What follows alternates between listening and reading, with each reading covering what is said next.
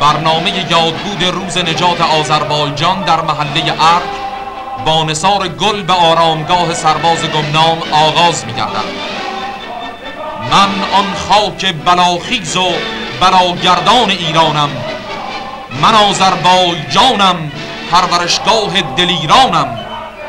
بگو با خصم من گر بود سرد زنجیر چرخ از هم، مرا از جان ایران نگسلاند عهد و پیمانم. من آذربایجانم، لایموتم، من نمی میرم، اگر ایران ما جسم است من در جسم او جانم. در تبریز مهد پیروزی و افتخار مراسم رژه روز نجات آذربایجان در برابر تمثال مبارک شاهنشاه برپا می‌گردد. در این مراسم جناب آقای محسن رئیس استاندار، تیمسار سرلشکر شیروانی فرمانده سپاه، رؤسای ادارات، معارف، نمایندگان احزاب و اصناف و قاطبه مردم شاه دوست و میهن پرست شرکت دارند.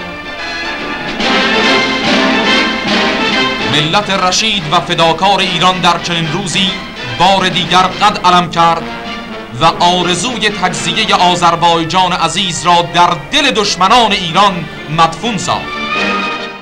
اما قائله 21 آذر 1324 و پیروزی 21 آذر 1325 به ما آموخت که ارتش ما هر قدر قوی‌تر و نیرومندتر باشد، بهتر میتواند عزیزترین و گرانبهاترین میراث ملی و استقلال و آزادی و ملیت ما را حفظ کند.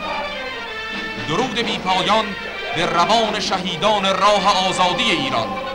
پاینده باد کشور عزیز ما ایران، جاوید باد پرچم سرنگ شیر و خورشید ایران.